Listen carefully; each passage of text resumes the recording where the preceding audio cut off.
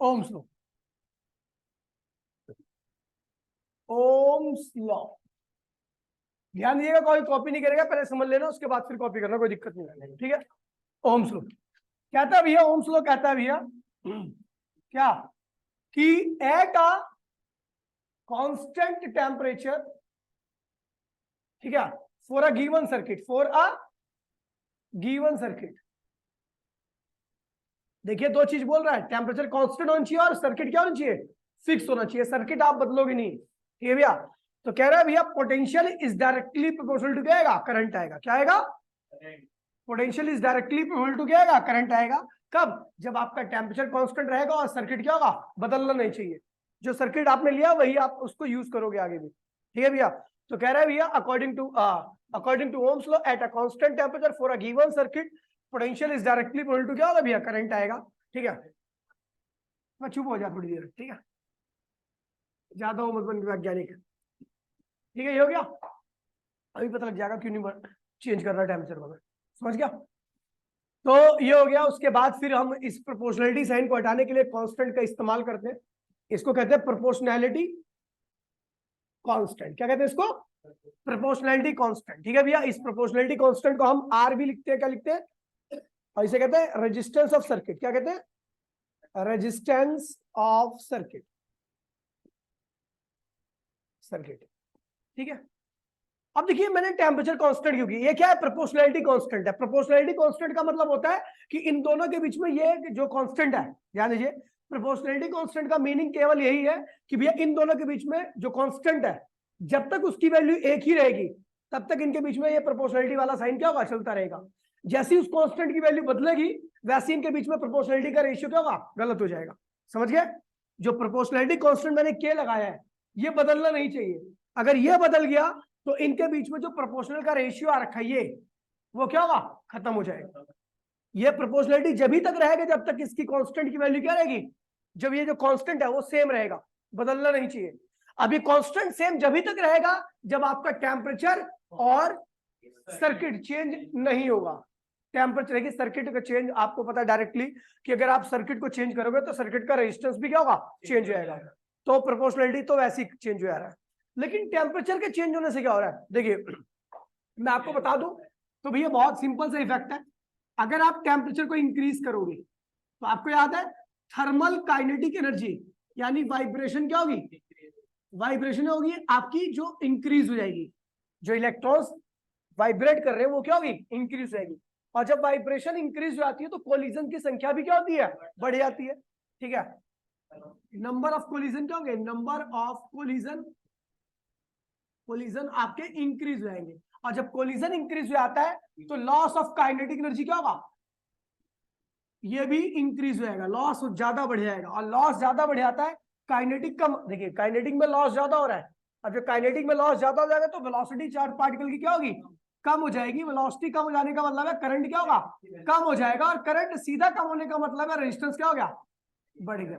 क्या हो गया, तो आपको पता है भैया जो प्रोपोर्शनैलिटी कांस्टेंट, यही तो क्या है अपना प्रोपोर्शनैलिटी कांस्टेंट, है ना, यही तो है अपना प्रोपोर्शनैलिटी कांस्टेंट। तो यानी अगर आप टेम्परेचर के साथ छेड़छाड़ करते हो तो ये भी क्या होगा, चेंज हो जाएगा। और ये भी चेंज होगा तो जो इनके बीच में प्रोपोर्शनल का साइन है वो भी क्या होगा, गलत हो जाएगा, वो भी फेल हो जाएगा। तो ये ध्यान रखना, आपका जो प्रोपोर्शनैलिटी साइन है, प्रोपोर्शनैलिटी जो साइन है वो जब तक अप्लाई रहेगा जब तक आप सर्किट को चेंज नहीं करते, और दूसरा आप टेम्परेचर को चेंज नहीं करते। जैसे ही आप चेंज कर दोगे तो इनके बीच में जो प्रोपोर्शनैलिटी लग रहा है, प्रोपोर्शनैलिटी का मतलब होता है कि अगर ये दो बढ़ेगा तो ये, ऐसे एग्जांपल दे रहा हूं, ये बढ़ेगा तो ये भी बढ़ेगा, ये घटेगा तो ये भी घटेगा, लेकिन बढ़ने और घटने का रेशियो चेंज नहीं होना चाहिए। मान लीजिए ये 2 बढ़ाया तो ये भी 2 बढ़ गया, ये 4 बढ़ाया तो ये भी 4 बढ़ गया, ये 5 बढ़ाया तो ये भी 5 बढ़ गया, ये 10 बढ़ाया तो ये भी 10 बढ़ गया। ये प्रोपोर्शनैलिटी है। इसे प्रोपोर्शनैलिटी नहीं कहते कि इसे 1 बढ़ाया तो ये 2 बढ़ा, इसे 2 बढ़ाया तो ये 10 बढ़ गया, इसे ये बढ़ाया तो ये 15 बढ़ गया, कुछ भी फिक्स रेशियो में नहीं बढ़ रहा, ये प्रोपोर्शनल नहीं है। प्रोपोर्शनल का मतलब होता है कि जिस रेशियो में इसको इंक्रीज करूं उसी रेशियो में क्या भैया ये भी इंक्रीज है। और रेशियो बढ़ने का रेशियो क्या होना चाहिए, फिक्स होना चाहिए। समझ गए, इसको अगर ये इसे 1 बढ़ा रहा हूं, ये 2 बढ़ रहा है तो ये 2 बढ़ने पर ये 4 होना चाहिए, आई 4 होना चाहिए। समझ गए, ये 10 कर रहा हूं तो ये क्या होगा, 20 होना चाहिए। ये प्रोपोर्शनल है। लेकिन अगर ऐसा हो कि इसे कुछ और बढ़ा रहे हो, ये कुछ और बार बार चेंज हो रहा है, इसके अंदर वेरिएशन हो रही हो, तो ये प्रोपोर्शनलिटी नहीं है, ठीक है। और यहां पर प्रोपोर्शनलिटी कांस्टेंट, ठीक है। प्रोपोर्शनलिटी कांस्टेंट आपका क्या है भैया, के है, और के की वैल्यू क्या होती है, आर होती है। ये आर जब तक सेम रहेगा जब तक आपका सर्किट सेम रहेगा, दूसरा टेम्परेचर सेम रहेगा। टेम्परेचर बदलोगे तो क्या होगा, टेम्परेचर इंक्रीज करोगे तो क्या इंक्रीज होगी, थर्मल काइनेटिक। थर्मल इंक्रीज होगी तो नंबर ऑफ कोलिजन क्या होंगे, increase. Number of collision increase होगा तो kinetic energy, loss of kinetic energy क्या होगा, बढ़ जाएगा। वेलोसिटी, करंट, रेजिस्टेंस, और रेजिस्टेंस ही तो क्या है, प्रोपोर्शनलिटी कांस्टेंट है। प्रोपोर्शनलिटी कांस्टेंट का मतलब होता है कि भैया इनके बीच में प्रोपोर्शनलिटी चल रही है। अगर ग्राफ खींचोगे इसका तो आपको दिखेगा ऐसा, ये V है, ये I है, ये ग्राफ कैसे आएगा, स्ट्रेट लाइन। कब, जब तक R की वैल्यू क्या रहेगी, कांस्टेंट रहेगी। अगर आपने R की वैल्यू को चेंज कर दिया, R की वैल्यू कैसे चेंज होगी बताइए, या तो सर्किट चेंज कर दो या टेम्परेचर चेंज कर दो, तो ये ग्राफ क्या होगा, टेढ़ा मेढ़ा ऐसा जाएगा। कब, जब R क्या रहेगा, वेरिएबल। यानी प्रोपोर्शनलिटी कांस्टेंट जब वेरिएबल रहेगा तो ग्राफ ऐसा जाएगा, और प्रोपोर्शनलिटी कांस्टेंट जब फिक्स रहेगा तो ग्राफ ऐसा जाएगा। और ये फिक्स जब भी रहता है जब सर्किट चेंज नहीं करोगे या टेम्परेचर क्या रखोगे, कांस्टेंट। टेम्परेचर कांस्टेंट रखोगे तो भैया आपकी थर्मल काइनेटिक एनर्जी क्या होगी, constant. Thermal kinetic energy constant रहेगी तो नंबर ऑफ कोलिजन भी क्या रहेंगे, कांस्टेंट ही रहेंगे। लॉस ऑफ काइनेटिक एनर्जी भी क्या होगा, एक ही रेट से फिक्स रहेगा। ड्रिफ्ट वेलोसिटी भी क्या रहेगी, कांस्टेंट ही रहेगी। करंट कांस्टेंट, और रेजिस्टेंस भी क्या रहेगा, कांस्टेंट। तो प्रोपोर्शनलिटी कांस्टेंट क्या रहेगा आपका, कांस्टेंट है। ग्राफ कैसे आएगा, समझिए, समझा नहीं है, ये चीज ध्यान में रखना, ठीक है। ये ओम्स लॉ है। आगे बढ़ते हैं इसके आगे, एक मिनट ना,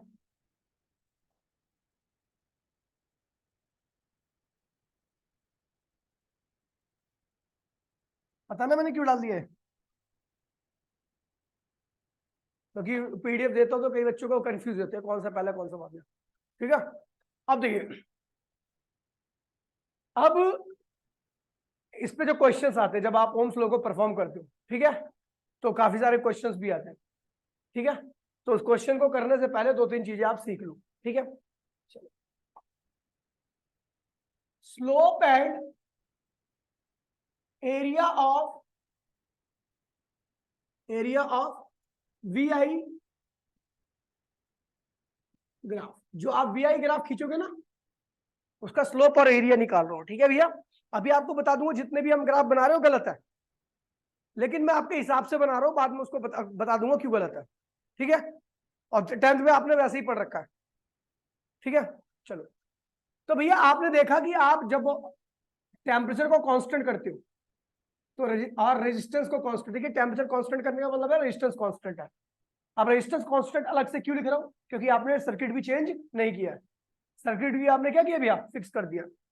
तो आप इस वक्त अगर आप पोटेंशियल डिफरेंस अप्लाई करोगे तो करंट भी क्या होगा, बढ़ेगा। यही क्या कहता है ओम्स लॉ, कहता है यही तो है ओम्स लॉ, कि भैया जितना पोटेंशियल डिफरेंस अप्लाई करोगे सर्किट के अक्रॉस में उतना ही ज्यादा क्या होगा, करंट होगा। कंडीशन क्या होनी चाहिए, रेजिस्टेंस क्या होना चाहिए, कांस्टेंट होना चाहिए, क्योंकि रेजिस्टेंस ही क्या है, प्रोपोर्शनलिटी कांस्टेंट। जब तक उसकी वैल्यू सेम रहेगी तब तक दोनों प्रोपोर्शनल रहेंगे, उसकी वैल्यू बदली, ठीक है भैया, गलत हो जाएगा मामला, ध्यान दीजिए। ग्राफ खींचोगे तो ग्राफ इस तरीके का आता है, वी आई ग्राफ इस तरीके का, ठीक है। ये क्या हो गया, इस लाइन का स्लोप हो गया, क्या हो गया, स्लोप। ये क्या है, इसे कहते हैं परपेंडिकुलर, क्या है ये, और परपेंडिकुलर क्या है, यहाँ पर पोटेंशियल है, क्या है, पोटेंशियल है। और ये क्या है भैया, बेस है। बेस क्या है भैया आपका, करंट है ना। तो स्लोप का मीनिंग क्या होता है, slope of V I, slope of V I curve, slope का मतलब होता है tan थीटा, क्या होता है, और tan क्या होता है, परपेंडिकुलर अपॉन में, परपेंडिकुलर क्या बेटा, v, और I क्या है भैया, बेस। और आपको पता है v अपॉन में I क्या होता है, r होता है, क्या होता है, r। बहुत इंपॉर्टेंट बात आई है, नोट में ध्यान रखना भैया। नोट में देखो कि भैया slope of V I curve is directly equal to resistance आ रहा है, क्या आ रहा है, यानी अगर आपको वी आई कर दे रखा है उसमें दो तीन लाइनें दे रखी हैं जिसमें स्लोप सबसे ज्यादा होगा उसी का रेजिस्टेंस भी क्या होगा, सबसे ज्यादा होगा। अब देखिए क्वेश्चन आ रहा है कि भैया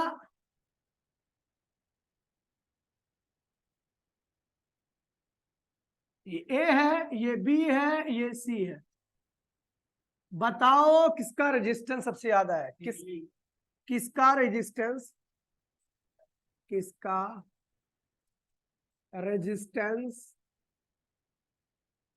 ज्यादा है, बताओ। तो भैया सी का क्यों? क्योंकि हमें पता भैया स्लोप सबसे ज्यादा इसी लाइन का है। तो भैया सॉल्यूशन में क्या करोगे? स्लोप ऑफ ए जो है वो ग्रेटर है किससे? स्लोप ऑफ सॉरी से स्लोप ऑफ सी ग्रेटर है स्लोप ऑफ बी से, और स्लोप ऑफ ए से ग्रेटर है। तो भैया जिसका स्लोप ज्यादा पता है ना भैया, उसका रेजिस्टेंस भी ज्यादा। तो resistance of C is greater than resistance of B is greater than resistance of. अच्छा कह रहा है कि क्वेश्चन नंबर 1 ही हो गया, पहला पार्ट ही हो गया। दूसरा पार्ट कह रहा है कि यहां पर टेम्परेचर T1 लिखा हुआ है, TC, यहां पर TB लिखा हुआ है, और यहां पर TA लिखा हुआ है। कौन सा टेम्परेचर, कौन ऐसे लिखते हैं ऐसा, ये ना कौन?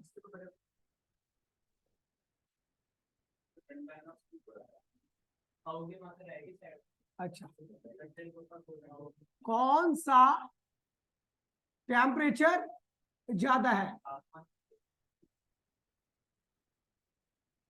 इनमें से कौन सा टेम्परेचर ज्यादा है बताइए भैया, ध्यान दीजिए। कह रहा है इनमें से कौन सा टेम्परेचर ज्यादा है, दिमाग लगाइए, बताइए कौन सा, बोलो कौन सा टेम्परेचर ज्यादा है? क्यों? जिसका रेजिस्टेंस ज्यादा उसका बता रखा है यार भाई सॉल्यूशन में भी है। जिसका रेजिस्टेंस ज्यादा उसका टेम्परेचर भी क्या होगा? ज्यादा होगा। तो temperature of C is greater than temperature of B is greater than temperature of. ध्यान रखना क्योंकि आपको बता दूं भैया क्यों, कि ऐसा क्यों होता है। तो भैया आपका टेम्परेचर ज्यादा रहेगा, सुन लीजिए रीजन बता रहा हूं यहाँ पे रीजन, ठीक है। टेम्परेचर ज्यादा रहेगा तो वाइब्रेशन क्या होगी? वाइब्रेशंस क्या होंगी? ज्यादा। वाइब्रेशन ज्यादा होगी तो कोलिजन क्या होंगे? कोलिजन ज्यादा। कोलिजन ज्यादा होंगे तो भैया क्या होगा? लॉस ऑफ काइनेटिक एनर्जी क्या होगा? कम होगी। कुछ भी बोल रहा है। लॉस ज्यादा, वेलोसिटी कम, करंट या रेजिस्टेंस, जब करंट कम हो जाता है तो रेजिस्टेंस बढ़ जाता है। सिंपल सी बात है। यानी जिसका रेजिस्टेंस बढ़ेगा उसका टेम्परेचर भी क्या होगा? जिसका रेजिस्टेंस कम रहेगा उसका टेम्परेचर भी क्या रहेगा? क्योंकि दोनों ही बढ़ रहे हैं। यहां पर जो चीजें बढ़ रही हैं जैसे ये दोनों, ये और ये प्रोपोर्शनल है, ये और ये प्रोपोर्शनल है, ये और ये प्रोपोर्शनल इंक्रीज हो रहा है, लेकिन ये और ये इनवर्सली है। ये चीज ध्यान में रखना, ये बात ध्यान में रखना, ठीक है भैया। तो यहाँ पर जिसका उसी का टेम्परेचर ज्यादा होगा जिसका रेजिस्टेंस क्या है? सबसे ज्यादा है, ठीक है भैया, कोई दिक्कत तो नहीं है। अब आ रहा भैया अगला,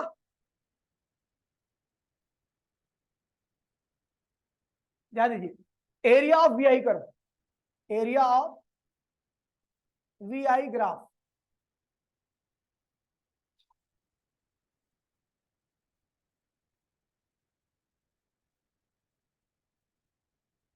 वीआई ग्राफ का एरिया, ध्यान दीजिए भैया, बड़ा आसान है, कुछ भी नहीं है। तो हमने खींच दिया वीआई ग्राफ, ये क्या है भैया वी, और ये क्या है आई, और ये बन गया वीआई का, ठीक है। ये क्या है भैया? पोटेंशियल है, और ये क्या होगा? करंट होगा।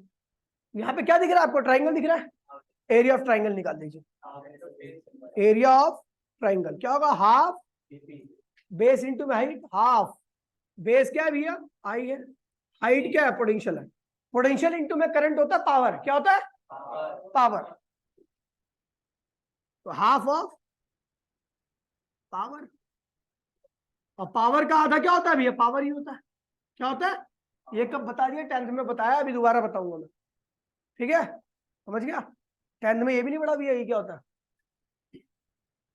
बड़ा गलत हुआ है इसके साथ, ठीक है। ये एरिया जो भी एरिया निकालोगे वीआई करता वो आपको क्या देगा भैया? पावर देगा। यहां पर आप देख रहे हो कि एरिया ऑफ जो भी है ट्राइंगल नहीं दिख रहा, ठीक है, वीआई कर्व लिख दो, वीआई ग्राफ, ठीक है भैया। तो हेयर नोट में ध्यान रखना,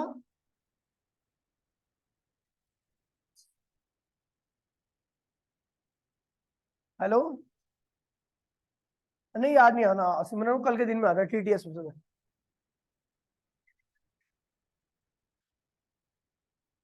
अच्छा तो कोई नहीं, चलो ठीक है, आप आज भेज दीजिए, ठीक है 6 बजे वाले में।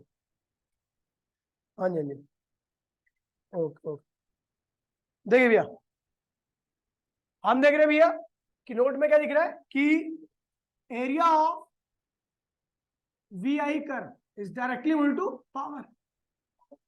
वी आई कर्व का एरिया जितना ज्यादा रहेगा, लॉस ऑफ पावर क्या होगा, उतना ही ज्यादा रहेगा। ठीक है, अगर पावर ज्यादा रहेगी, लॉस छोड़, पावर ज्यादा रहेगी। ठीक है, क्वेश्चन है, ये वी आई कर्व है, ए इसका बॉटम है 4, आई है ना, ठीक है, ये 4 एम्पियर, और इसका ये परपेंडिकुलर है 2 एम्पियर और 2 वोल्ट। ठीक है, इसका जो परपेंडिकुलर है वो अभी आपका 4 वोल्ट, और इसका बेस जो है वो 1 एम्पियर है। तो भैया बताइए किस सर्किट में, ए सर्किट या बी सर्किट, किस में पावर का लॉस ज्यादा होगा, किसमें पावर ज्यादा निकलेगी, किस में, किस सर्किट में पावर का लॉस ज्यादा होगा, सर्किट में पावर ज्यादा होगी। ठीक है भैया, किस सर्किट में पावर ज्यादा होगी बताइए भैया।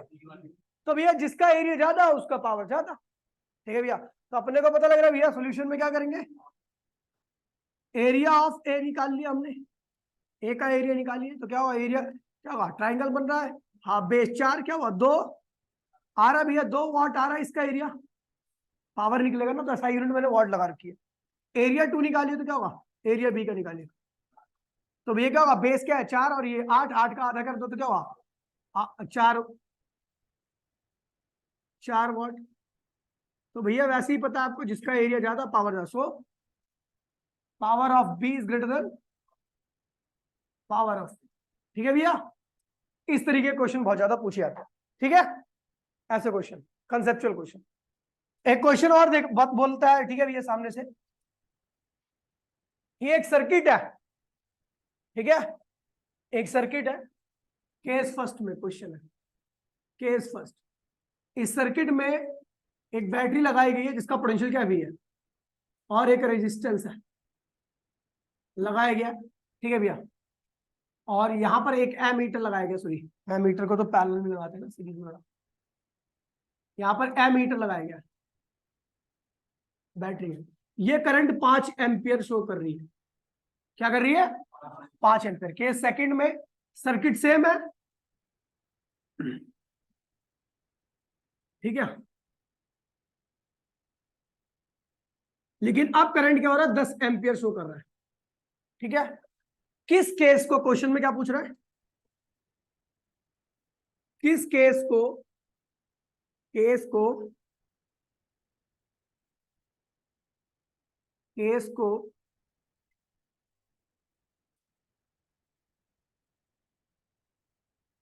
गर्मी की मॉर्निंग में किया गया है, मॉर्निंग में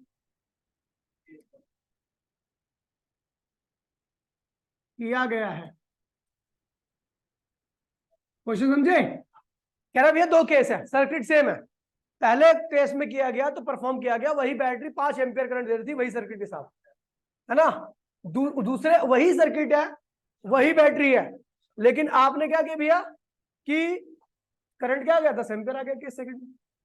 तो कह रहा है इन दोनों केस में से कौन सा केस मॉर्निंग में परफॉर्म किया गया, केस कैसे मॉर्निंग में परफॉर्म किया गया, सेकंड केस को मॉर्निंग में परफॉर्म किया गया, सॉल्यूशन आंसर है केस सेकंड। कंसेप्चुअल देखिए भैया, मॉर्निंग के टाइम पे टेम्परेचर क्या होता है, कम होता है, टेम्परेचर कम होगा तो जाहिर सी बात है वाइब्रेशन क्या होंगी, कम होंगी, वाइब्रेशन कम होंगी तो क्या होगा, कोलिजन कम होंगे, लॉस ऑफ काइनेटिक क्या होगा, कम होगा, लॉस ऑफ काइनेटिक कम होगा तो वेलोसिटी क्या होगी, ज्यादा, current, resistance.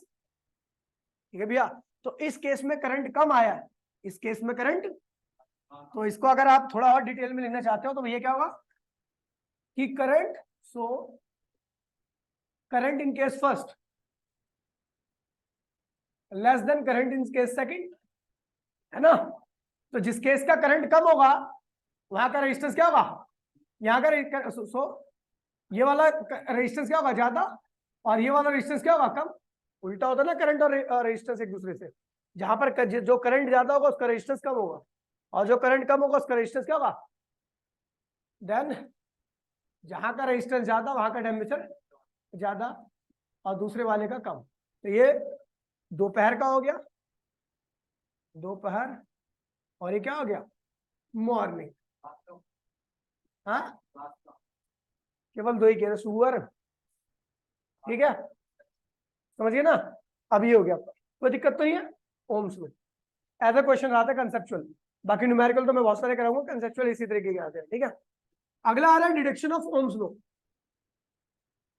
Deduction of Ohm's law. Ohm's law को अपने को ड्राइव करना है ना, चलो देखते हैं कैसे ड्राइव होगा।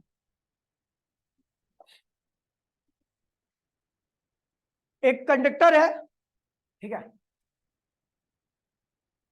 इसका एरिया ए है, कल याद है, इसकी लेंथ एल है, पोटेंशियल डिफरेंस अप्लाई कर दिया आपने तो इलेक्ट्रिक फील्ड सेटअप हो जाएगी ऐसे, और इलेक्ट्रॉन इधर की तरफ आएगा विद वेलोसिटी वीडी, याद है, ठीक है। एन क्या, फ्री इलेक्ट्रॉन्स की वैल्यू, फ्री इलेक्ट्रॉन्स की वैल्यू जो फ्री चार्जेस है इसके अंदर।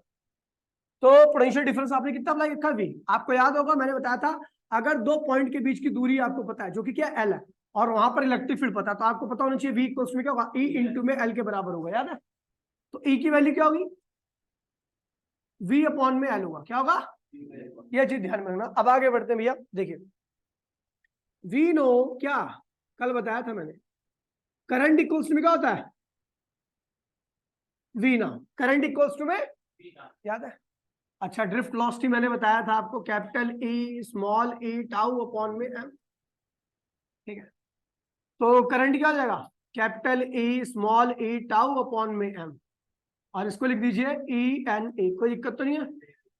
हमने इसको और अच्छे से लिखा, ई की वैल्यू अपने को पता है क्या है भैया, वी बाय में L, so I equals to क्या जाएगा, वी अपॉन में एल, और इसको टी अरेंज करो उसको थोड़ा, एम एल लिख दीजिए, एम एम देखिए ई, चलो थोड़ा अभी बनना डायरेक्ट हो जाएगा आपके लिए काफी।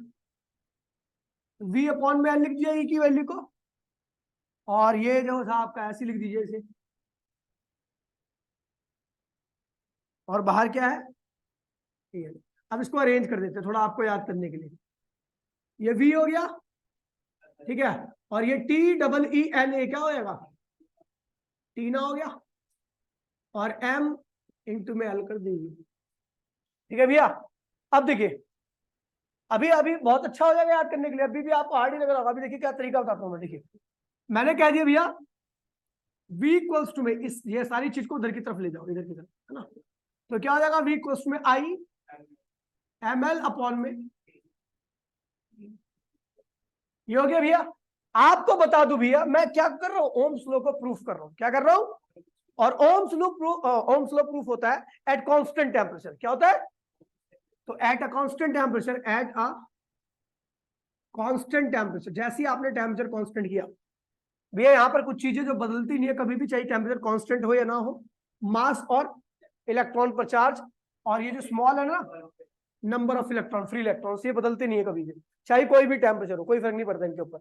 तो मैंने जिसके ऊपर डबल डैश लगा रखा है ना, ये कभी चेंज होने वाले नहीं है, चेंज वही होंगे जिनके ऊपर डबल डैश नहीं लगा रखा है। अब देखिए जब आप टेम्परेचर को कांस्टेंट कर देते हो तो आपकी लेंथ जो होती है वो हमेशा कांस्टेंट रहती है, क्योंकि आपको पता है जो एक्सटेंशन होता है वो ड्यू टू टेम्परेचर आता है। थर्मल एक्सपेंशन याद है आपको, थर्मल प्रॉपर्टीज ऑफ मैटर मैंने बताया, टेम्परेचर बढ़ाओगे तो कंडक्टर की लेंथ, एरिया, वॉल्यूम सब क्या होता है, बढ़ जाता है। यहाँ पर हमने टेम्परेचर कांस्टेंट कर दिया तो लेंथ क्या हो गया, कांस्टेंट हो गया, ठीक है। टाउ क्या होगा, रिलैक्सेशन टाइम है, दो कोलिजन्स के बीच का टाइम है, ये भी क्या होगा, कांस्टेंट हो जाएगा। क्यों, देखिए अगर आप, इसका मतलब क्या होता है कि भैया आपके पार्टिकल्स के बीच में जो कोलिजन हो रहा है वो मान लीजिए 1 सेकंड में 4 बार हो रहा था, आपने उसी टेम्परेचर को कांस्टेंट कर दिया तो कोलिजन तो 4 बार ही होगा ना, यानी रिलैक्स करने का टाइम क्या हो गया, फिक्स हो गया। रिलैक्स करने का टाइम का मतलब क्या है, एक कोलिजन और दो कोलिजन के बीच का टाइम। अगर मैंने बोला एक कोलिजन 1 सेकंड में हो रहा है, जिस टेम्परेचर पर एक कोलिजन 1 सेकंड में हो रहा है, उसी टेम्परेचर पर मैंने क्या कर दिया, कांस्टेंट कर दिया। क्या कर दिया? तो अब हमेशा क्या होगा, 1 सेकंड में एक ही कोलिजन होगा, यानी रिलैक्स करने का टाइम क्या हो गया, फिक्स हो गया। तो भैया टेम्परेचर फिक्स करते के साथ ही रिलैक्सेशन टाइम भी क्या होता है, फिक्स हो जाता है। समझ गया? चलो, एरिया आपको पता है भैया, हर डायमेंशन, चाहे लेंथ हो, चाहे एरिया हो, चाहे वॉल्यूम हो, टेम्परेचर कांस्टेंट करने पर कांस्टेंट जाते हैं। ये भी कांस्टेंट होगा, तो ये पूरी टर्म क्या होगी भैया, कांस्टेंट होगी।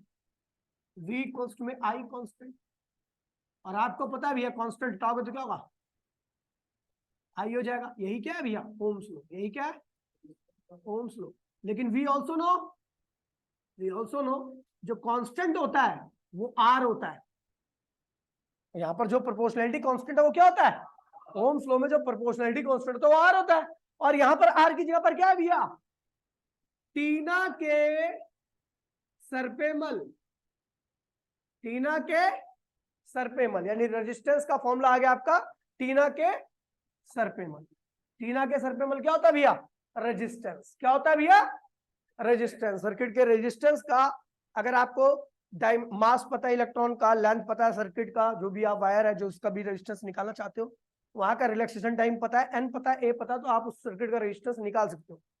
ठीक है, तो ये हो गया रेजिस्टेंस का फॉर्मूला आपके लिए। क्या हो गया, टीना के सर पे मल क्या हो गया भैया, रेजिस्टेंस हो गया। समझ गया? अब देखिए भैया, हम देख रहे भैया, अब आ रहा है, समझ गए वो डेरिवेशन। वहां पर जो प्रोपोर्शनलिटी साइन था वो कांस्टेंट था, और कांस्टेंट प्रोपोर्शनलिटी साइन हम जानते क्या होता है, रेजिस्टेंस होता है। ठीक है, अब देखिए फैक्टर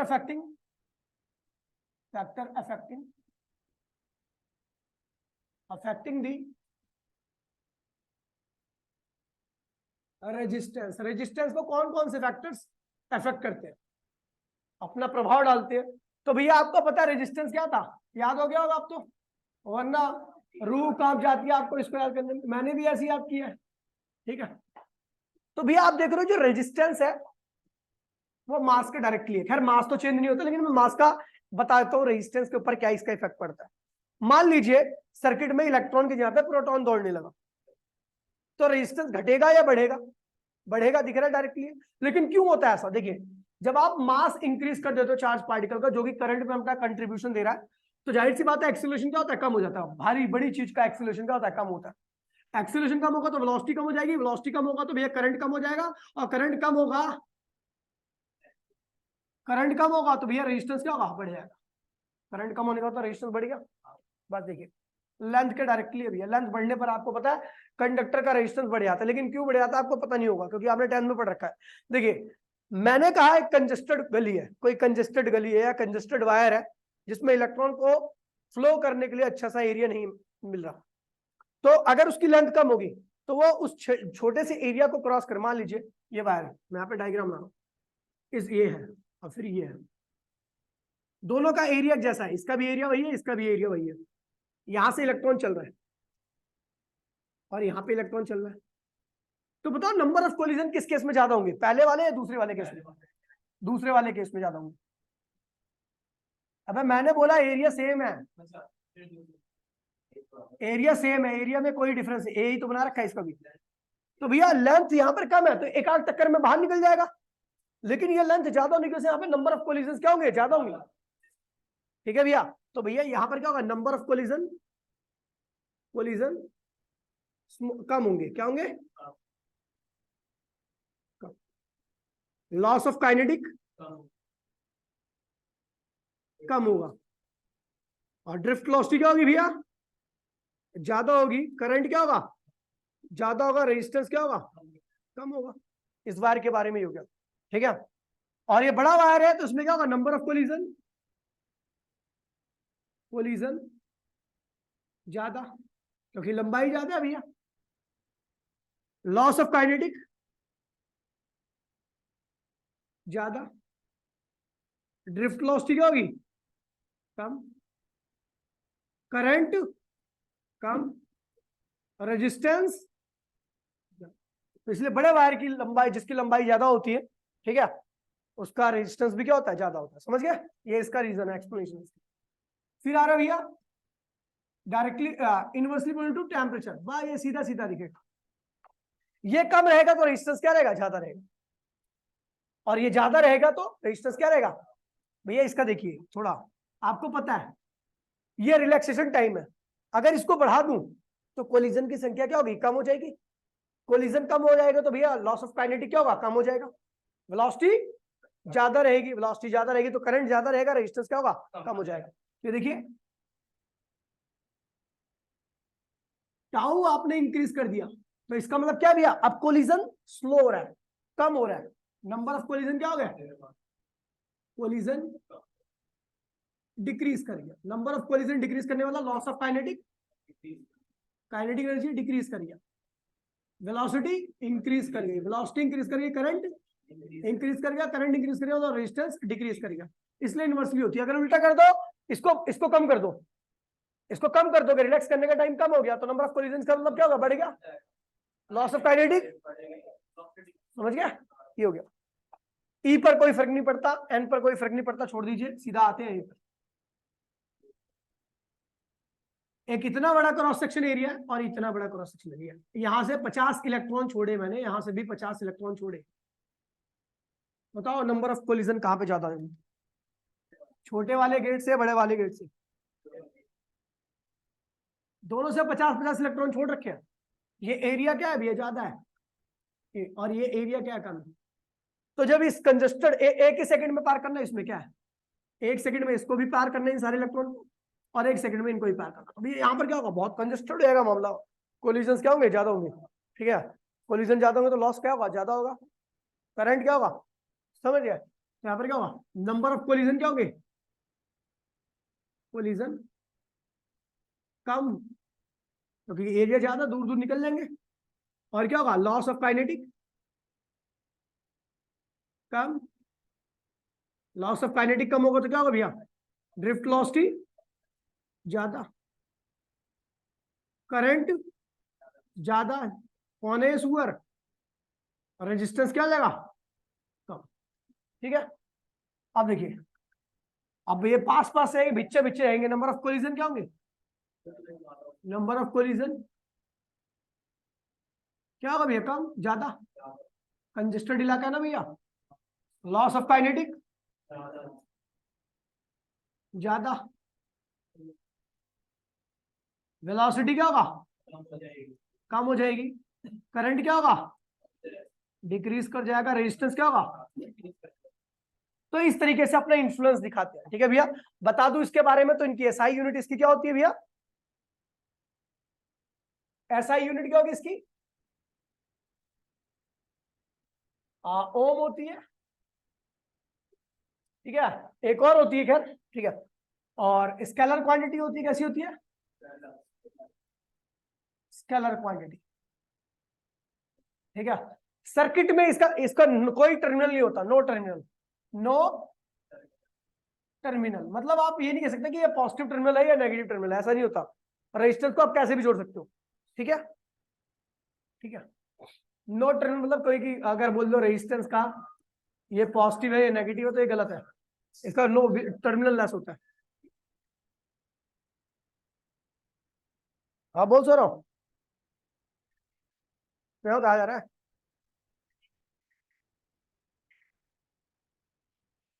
तो ऐसा काम ही चल रहा है। तो आज कौन सा, कल का पूरा काम हो जाएगा आज शाम के टाइम में, चल ठीक है कोई नहीं। ठीक। अरे वो तो ही रहे 7 बजे, तू आता ही नहीं उसमें, चल सुबह कराने, सब सुबह कराने वालों में, ठीक है। अरे करा दूंगा, भी तो छुट्टी पड़ेगी ना, ठीक है करा दूंगा, ठीक है। कल वाले बैच में आ जाइए, ठीक है 6 में। तो भैया ये थी आज की क्लास, जल्दी से फटाफट कॉपी कर लीजिए।